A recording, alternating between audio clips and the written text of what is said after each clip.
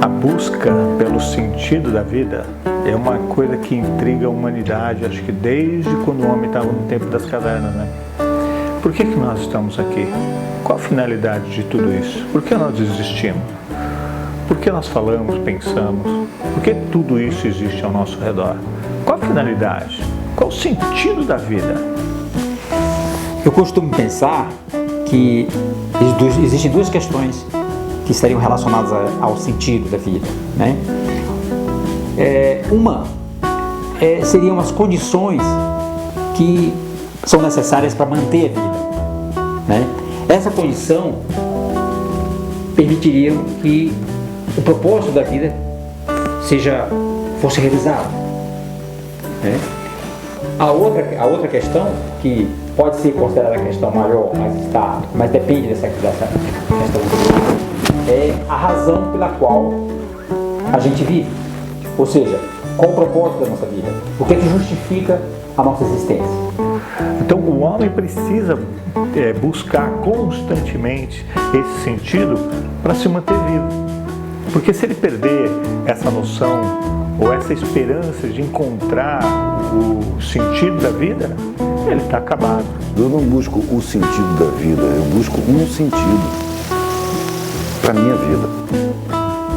Evidentemente que a vida implica em tempo, né? E o tempo é um recurso limitado na nossa vida. Então, por isso, a questão do tempo está implicitamente relacionada também à questão da vida. Quer dizer, quanto tempo nós dispomos para realizar o nosso propósito. Aí depois vem a questão da realização, quer dizer, o que nós queremos realizar? Como nós queremos aproveitar a oportunidade de estar vivos para realizar algo que transcenda a nossa própria vida? Cada um tem um sentido para viver. O que há de comum no sentido da vida, no sentido que todo mundo tem, é que a gente está aprendendo o tempo todo. O tempo todo a gente está aprendendo. Quando eu era menino, o sentido da minha vida era o quê? Ser militar como meu pai. A minha avó uma vez me perguntou: o que você quer ser quando crescer? Eu devia ter uns 8 anos. Eu falei: motorista de caminhão, que eu tinha loucura por estradas. Mas aí já percebi que existia uma expectativa, que foi um impacto eu falar que queria ser motorista de caminhão para minha família. Na minha família não tem motorista de caminhão, todo mundo tem curso superior, né? Então já se criou uma expectativa. E aí eu fui procurando os sentidos que me ofereciam. A vida oferece sentidos para você, vai por aqui, vai por ali. E fui reparando que esses sentidos não me satisfaziam. O que é que ela veio fazer na vida, né? Qual é a tarefa, ou qual é a missão que ela tem, ou que ela atribui a si mesma na vida, né? Isso está relacionado com o sentido da vida dela, né? O que ela se propõe a fazer, né? O que ela acha que ela deve fazer, aproveitando a oportunidade dela estar nesse mundo, que ela não sabe se vai voltar aqui outra vez, né? Então, assim, o que ela vai aproveitar que já está aqui e vai fazer e que vale a pena? Essa é uma pergunta. Outra pergunta seria o seguinte: exatamente como ela vai fazer isso? Né? Como é que ela vai realizar? Se ela tem um propósito, se ela tem claro para ela um propósito de vida nesse mundo, de que modo ela vai fazer isso, né? Essa é importante, né? Qual o primeiro passo? Por onde ela vai começar? Ou melhor, o que ela já tem, né? Que ela vai aproveitar para começar a fazer esse processo, né? E que você vai utilizar para fazer a transformação que você quer, né? E a terceira questão é a estratégia que você vai usar, né? O modo como você vai usar os recursos que você já tem para chegar no resultado que você quer, né? Que no nosso caso aqui, a gente está falando de uma forma muito ampla, seria a realização da missão de vida da pessoa, né? Então, assim, a gente na verdade precisa ter essas três coisas, né? Se você não tem uma missão de vida, né? Eu acredito, não sei, não posso falar pelas outras pessoas, mas se eu não tivesse uma missão de vida, eu me consideraria uma pessoa vã. eu me consideraria que a minha vida não tem sentido, porque eu não vim fazer nada aqui, né? Então a vida não tem sentido. Eu acho que se a vida da pessoa não tem sentido, fica muito fácil a pessoa não dar valor à própria vida, né? Então assim, a vida precisa ter sentido, precisa de uma finalidade, né? Precisa ter um foco no futuro, né? Um lugar onde você querer chegar, né? E tá, mas é óbvio que para realizar isso, né, tem que começar por algum lugar. E aí a gente só pode começar por onde a gente está, né? E também é o seguinte, que é a terceira questão, você precisa de uma estratégia que permita, né, que faça o link, que faça a conexão do ponto de onde você está, ou dos recursos que você tem, né, para fazer a conexão entre os recursos que você tem com o resultado que você pretende. Então, enquanto ele está nessa busca do sentido da vida, do sentido de estar vivo, ele está se impulsionando, ele está crescendo, ele está evoluindo, ele está indo para frente. Então ele não pode perder. Será que nós vamos encontrar, como se propõe esse seu documentário, encontrar o sentido da vida? Eu não sei. O sentido da vida para mim pode ser diferente do teu, pode ser diferente de quem está sentado em casa agora. Cada um tem que buscar o seu sentido da vida. Algo que faça sentido para você mesmo, para a sua sociedade onde você vive, para a sua família, para que você se sinta bem dentro desse ambiente, né? E eu fui buscando o sentido, tentei me enquadrar de todas as maneiras, eu tentei ser militar, fui militar, fiz concurso, entrei e percebi que ali não era o meu lugar. Ali era muito triste. Na verdade, você tinha que abrir mão da sua consciência e cumprir ordens cegamente.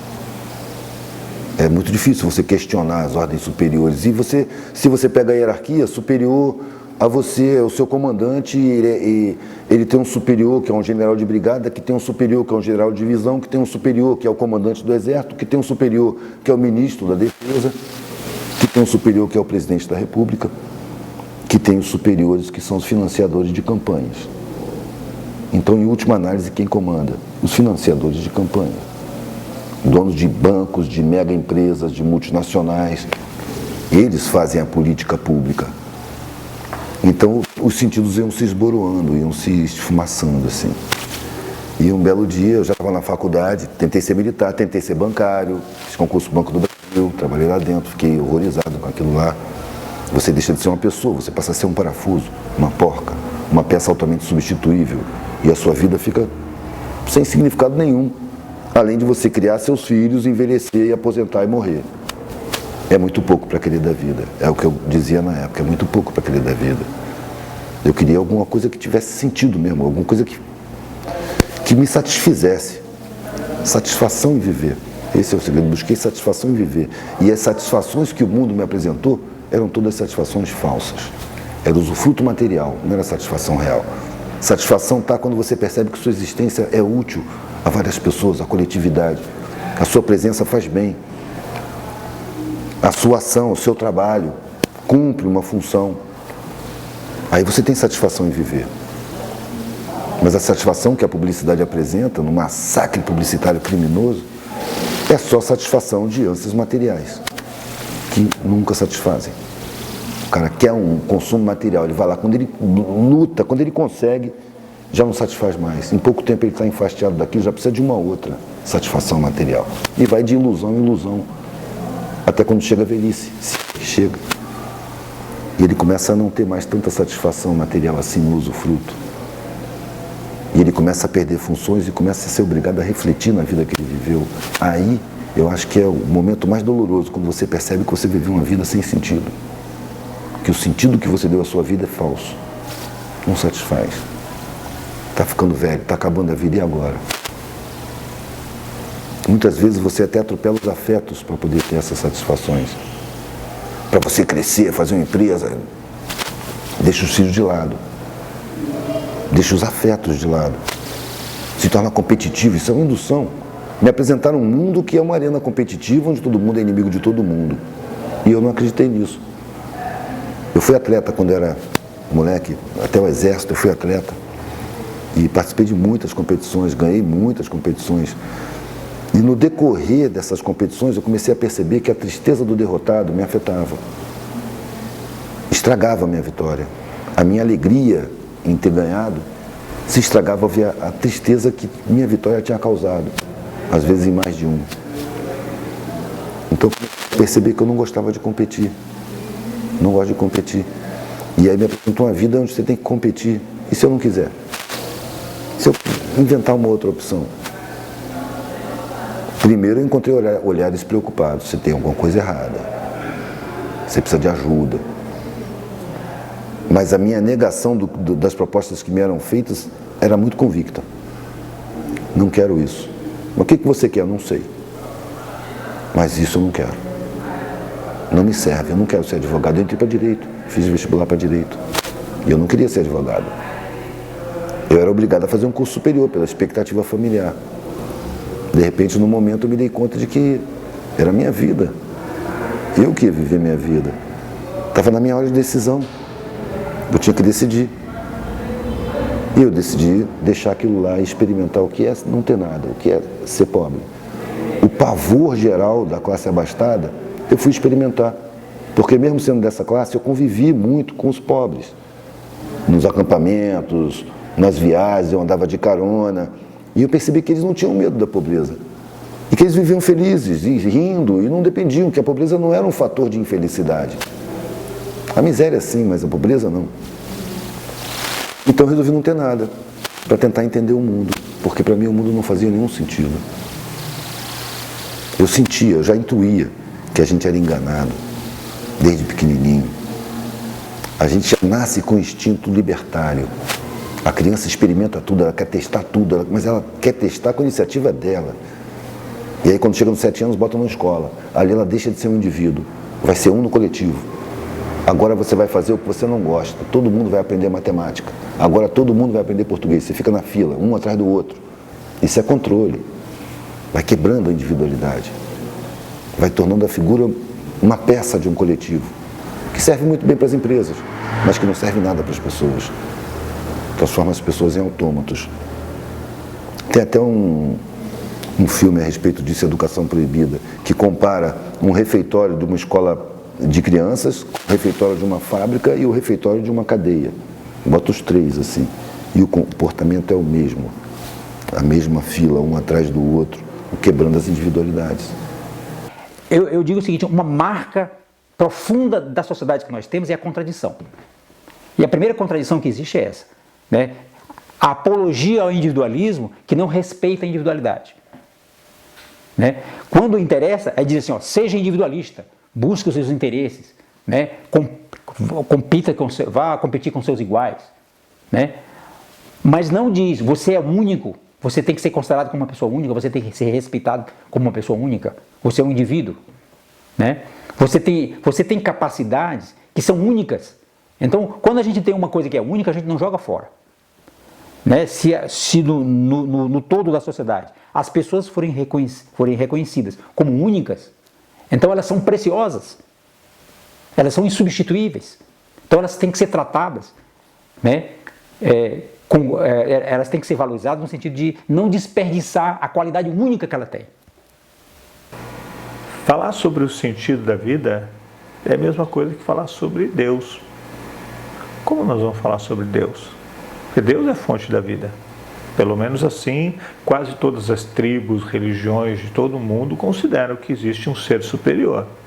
Então falar sobre o sentido da vida é muito complicado. Eu prefiro falar sobre a busca pelo sentido da vida. Essa eterna procura do ser humano. O ser humano está sempre em busca do que, por que eu estou aqui? Por que eu vivo? Por que existe tudo isso ao meu redor? Quem criou isto? Qual a finalidade de eu ter uma família, de eu ter um trabalho? O porquê eu nasço, cresço, caso e depois vou morrer lá na frente? Por que isso tudo? Então o homem, ele vive numa eterna busca pelo sentido da vida. E essa busca é que mantém ele vivo, por incrível que pareça. Porque a partir do momento que a pessoa perder o interesse em buscar um sentido para essa vida, ele já está na beira do caixão, né? Ele já está pronto para entregar os pontos. Espiritualidade não depende da religião, né? A religião sim depende da espiritualidade, mas o próprio nome religião já é pretensioso. Você vai se religar porque você se desligou, você teve poder para se desligar do seu Criador. Será que é um Criador mesmo? Será que é um Criador antropomórfico que manda você ou para o céu ou para o inferno?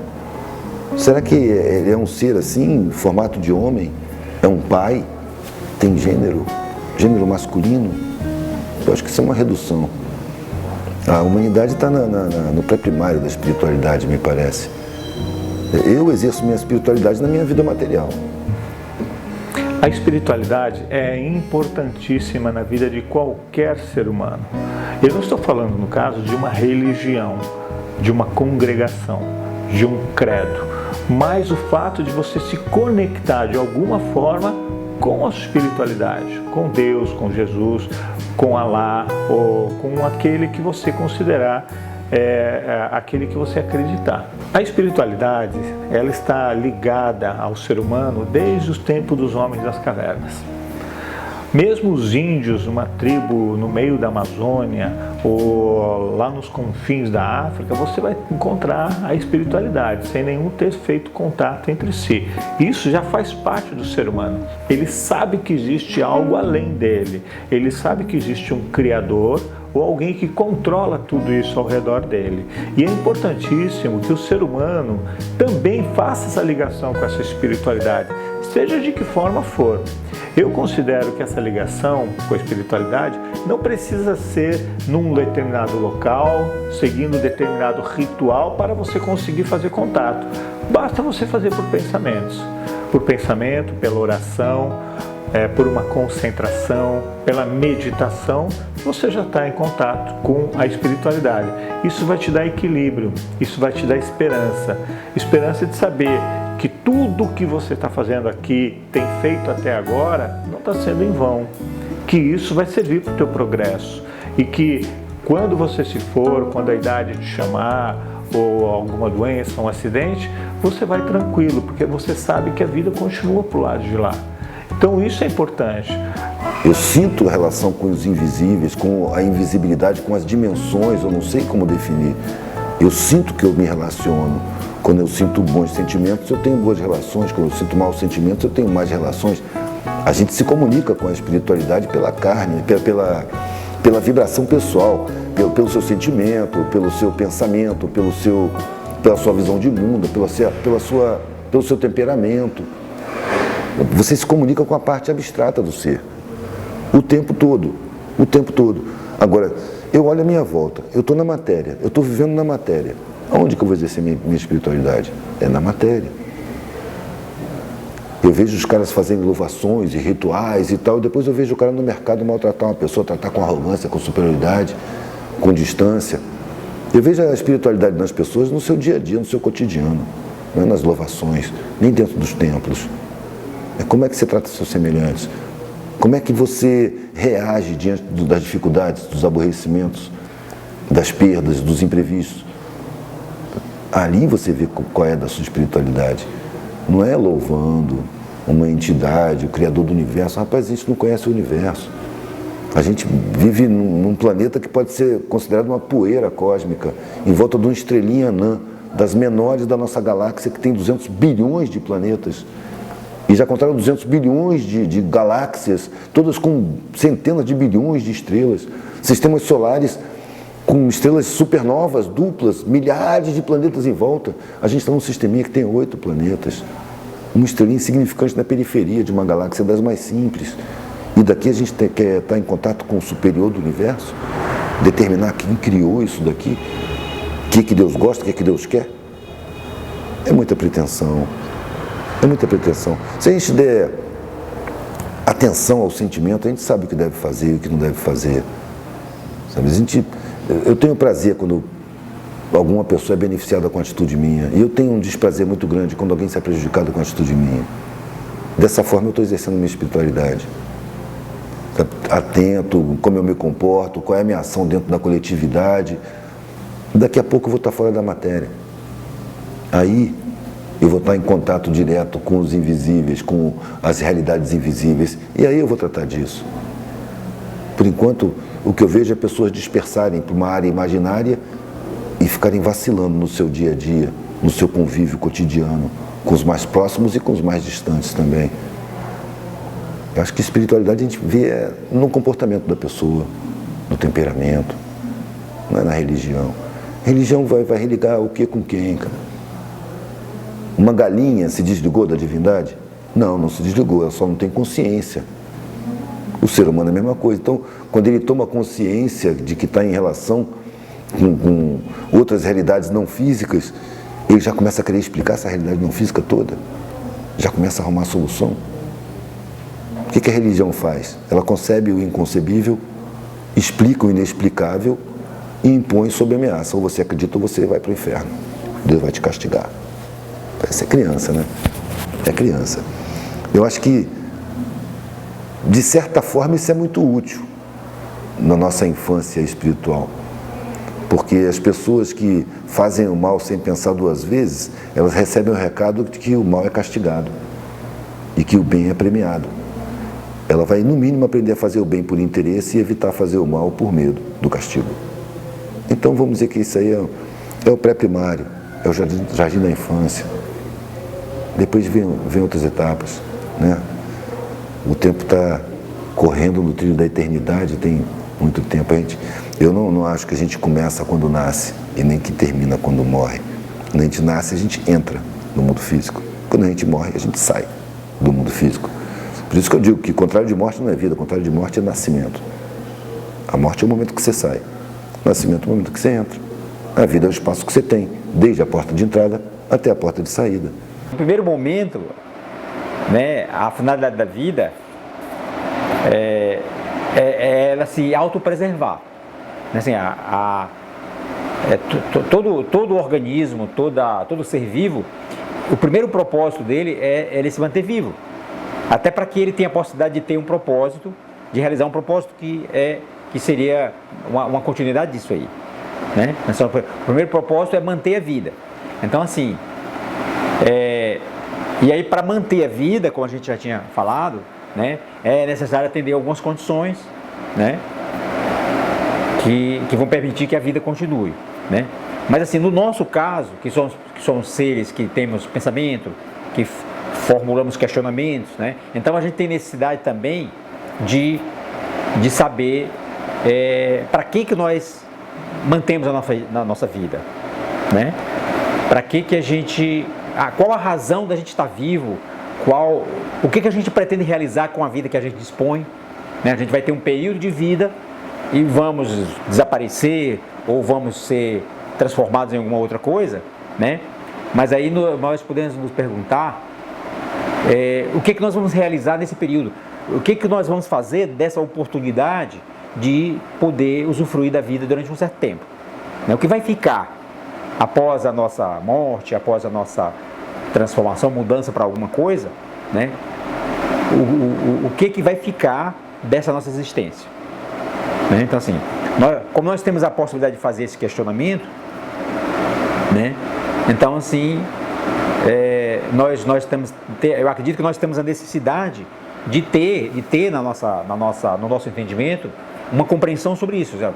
Tá, a gente vive, a gente mantém a nossa vida, a gente trabalha, a gente se alimenta, a gente, né, supre uma série de necessidades para manter a nossa vida.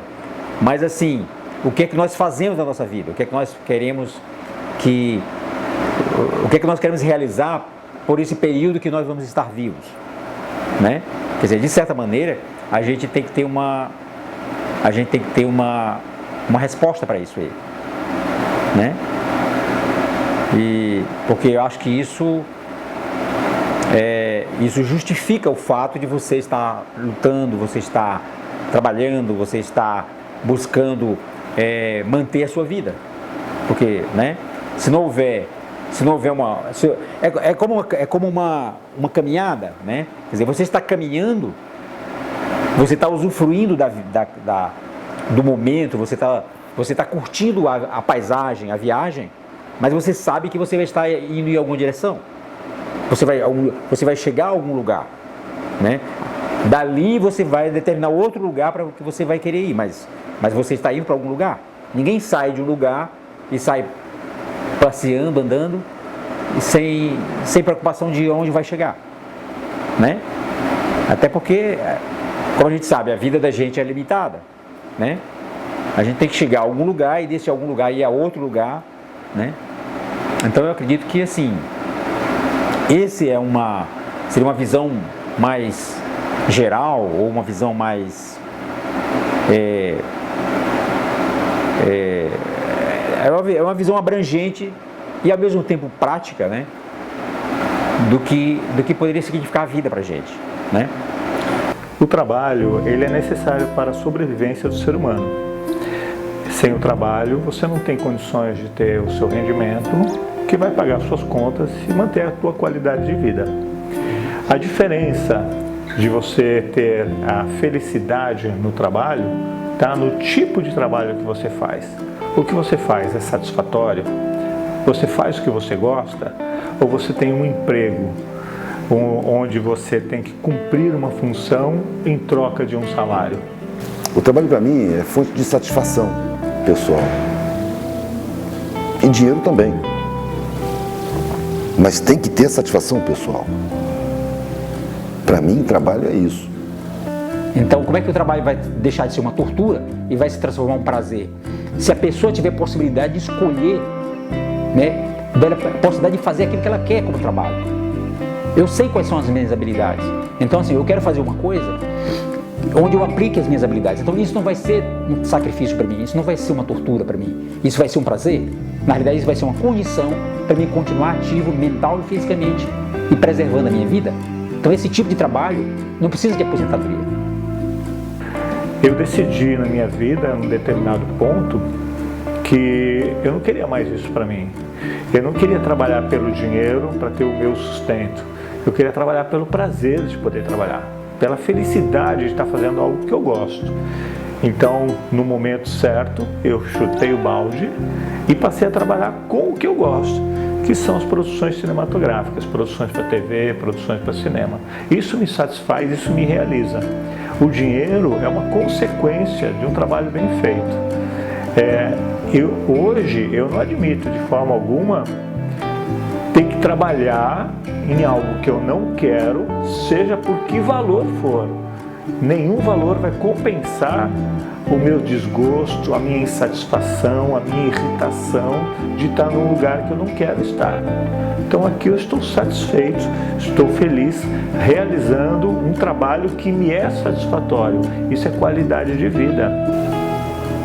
O trabalho, a palavra trabalho já foi criada em cima de um instrumento de tortura chamado tripalho, né? Os impérios estão admirados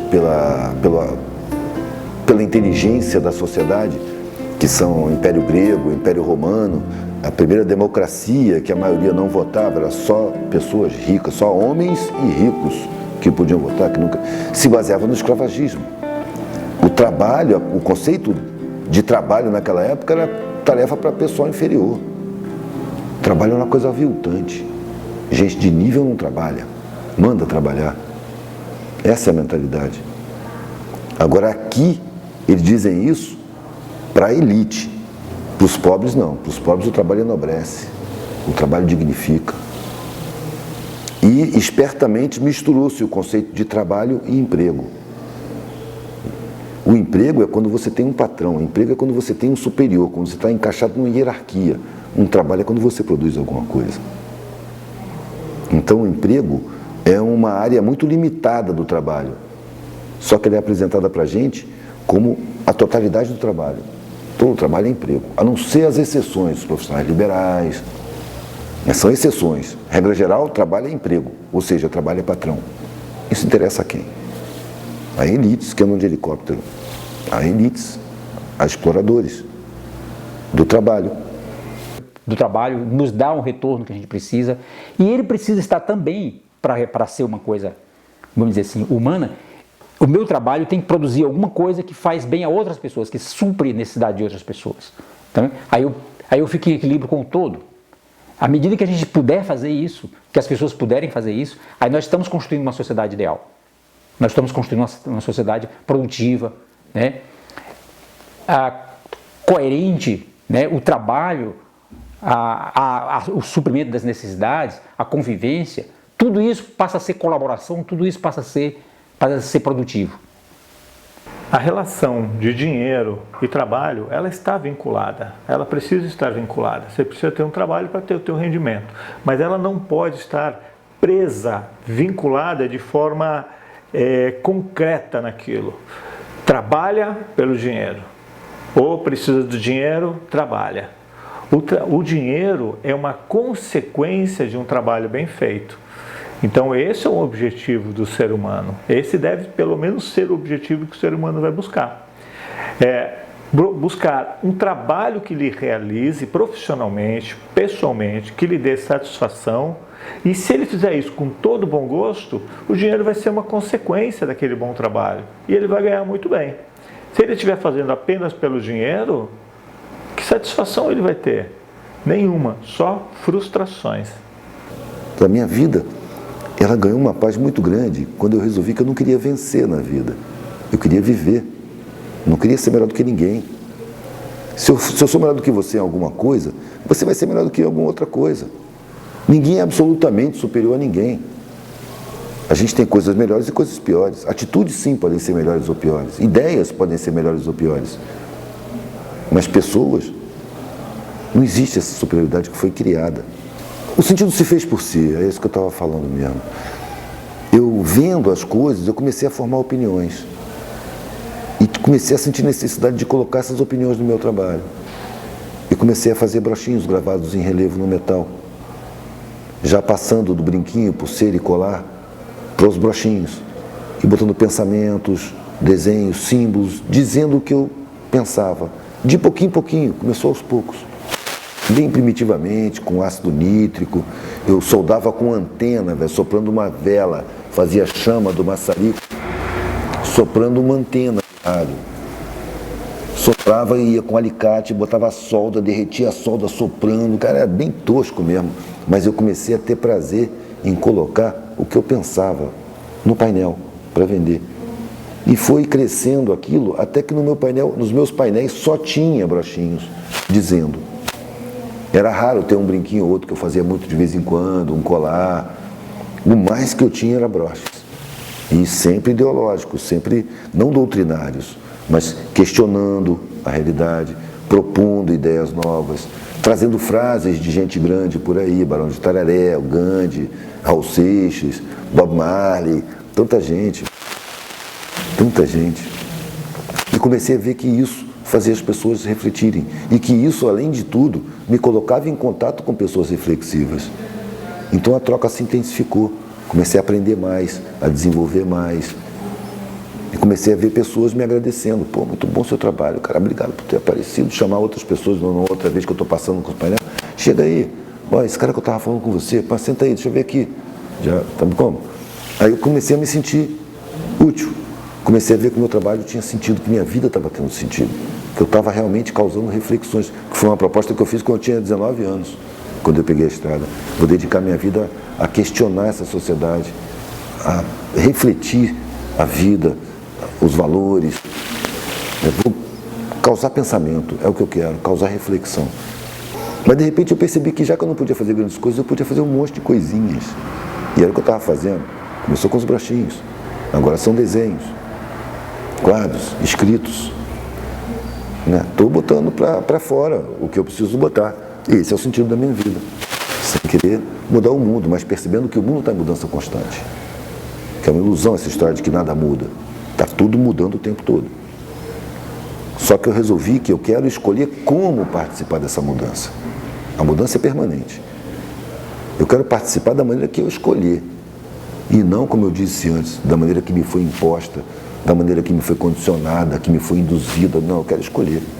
Então, para eu escolher, eu tenho que fazer um trabalho interno e descobrir dentro de mim os condicionamentos que o mundo já me impôs desde pequenininho, porque ninguém está isento. A publicidade é massacrante, está aí 24 horas por dia.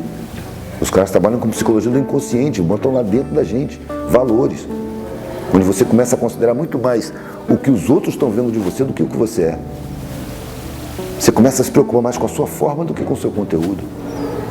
E começa a esconder o conteúdo quando ele é podre, para ninguém ficar sabendo. Em vez de você se trabalhar, em vez de você se desenvolver, se reciclar, se melhorar. Né? Houve essa inversão. E isso fragilizou. E fragiliza a vida das pessoas por aí. Quando você percebe que os olhares preconceituosos geralmente são portados por pessoas muito desinteressantes, aí você já não se incomoda tanto que as pessoas te marginalizem. Os que te marginalizam não interessam. As pessoas que eu procuro, elas não levam em conta a sua forma, elas levam em conta o seu sentimento, seu pensamento, sua visão de mundo, seu temperamento, seu caráter. São pessoas muito mais interessantes do que essas que vivem julgando. As pessoas que têm mais facilidade em julgar o outro são as que têm menos dificuldade de se julgar a si mesmo. As pessoas que apontam as falhas alheias são as que têm mais dificuldades em trabalhar as próprias falhas. Então essa busca mantém o cara sempre em evolução, sempre buscando crescer, aprender coisas novas, conviver bem em harmonia com a família. Ele vai estar sempre buscando essas coisas novas. Mas o que é realmente o sentido da vida? Ele se baseia no quê? Para mim ele se baseia em alguns fatores, porque para mim pode ser diferente de você, pode ser diferente de um outro amigo, pode ser diferente de quem está em casa. Para mim o sentido da vida diz ser feliz. Se você não for feliz, não adianta você estar casado. Você não é feliz, qual o sentido disso? Qual o sentido da tua vida conjugal?